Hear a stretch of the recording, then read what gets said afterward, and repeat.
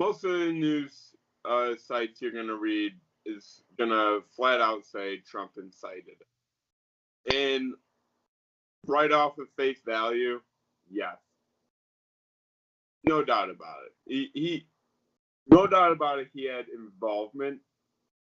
Now, I recognize I probably have too much of a, let's say, benefit. No, I don't. Benefit of the doubt isn't near the term I'd use for Trump. I'm trying to. I try my best to not see him as a monster that everyone paints him to be. I think he's a fucking buffoon, but I don't think he's Hitler. A buffoon. Hitler was kind of, I don't want to use the word smart, but he had plans. Very strategic. Strategical. There we go. Thank you. I don't like calling Hitler smart. It just comes off weird. Yeah. You're right. Like on face value, absolutely, he incited this, and he has a very long history of sharing information that's not accurate in order to support a lot of these conspiracy theories that fuel these types of people to come to these types of demonstrations. And those people who really truly believe a lot of these conspiracy theories that Trump shares, like QAnon, some of these crazy theories about the election, those are the people that are most likely to do something crazy, like being the first people to incite mob mentality, like storming the Capitol and pushing the barricades. These people are very passionate about these conspiracy theories. The people, like the guy in Pelosi's office, different level of, let's say, a 90-year-old grandma that was in that crowd that walked through the Capitol doors. Like, two different, I don't even know the word I want to use there, intentions. The grandma there, like, I don't probably agree with her politically, but I don't see the protest in itself out there as being bad. I don't agree with it.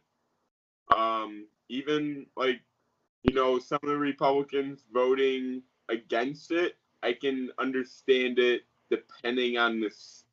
The only one I somewhat heard that maybe I can give a little leeway to is Pennsylvania, just because they changed voting laws. From what I understand, like not through legislation but through government orders, which there's a case to be heard there if that's true. But that's not going to overturn the election, and that's what Tuesday was about. People weren't there about a state issue or election issues per se. Like they weren't there about local problems. They were there because their fucking orangutan in command lost. And for 4 years, they got the laugh about being the winners. And boy, Snowflakes. I didn't win because Biden won. So for 8 years straight, still losing. Um, Still feels nice to see those people lose. Damn snowflakes being soft. Oh man, we're all snowflakes. We are. We're And getting about people charging our capital. One of the reasons we are being level-headed about this is also trying to be, at least, is like, for example, you brought up this idea of there were people in Congress that were planning to not certify certain state results, and you sort of called me out on this, where the headlines made it seem that the Republicans were going to overturn the election or not be guardians of the peaceful transition of presidency or power, but really yes, most definitely are. Those big MAGA Trump supporters from random ass places, yes. I feel like it's more so congressmen than senators, though. Definitely because because there's more congressmen. Obviously, they come from these random ass towns and right. are represented. like a Senate, you have to deal with the whole state's opinion. When you're a rep, you have to deal with your one racist county. Exactly. So as you were saying, there were some crazy fucking Republican congressmen and women that were planning to decertify this just because they're such big supporters of Trump. But there were some congressmen that were raising some valid concerns about election irregularities in certain states, as you mentioned, Pennsylvania and Arizona. Headline news, because if there's a time to listen to a Republican, that was it. They're talking about fixing our like maybe their solution ain't the right solution, but just like Bernie Sanders, they got the problem right. They diagnosed it right. Listen to them. And it's very easy to send a tweet and be like, "Oh, they're ruining the democratic process." And maybe if the election was closer in terms of electoral votes, that'd be a valid thing to raise. But if they decided to decertify a Pennsylvania, that would not overturn the election anyway. And it's not unprecedented for Congress to do that. That's another thing too. It is not. That's why it's a thing on January 6th.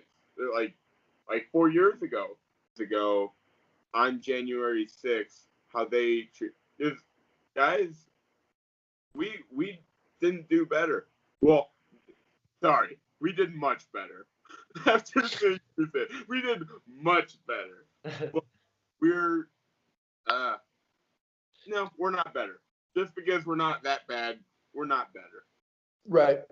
And so, we want to call it how it is, right? Like the violence that happened and the looting, like it should be like 5 people lost their lives, including 1 Capitol police officer. We're not certain how all those people lost their lives. There was looting, like that kind of thing should not happen. And there's no question that they would have, as we've seen, they did not, the police in charge did not treat those protesters the same as they have been treating Black Lives Matter protesters. And that goes also with media from the right, where they have not been treating protesters from movements such as those the same as they've been treating these protesters.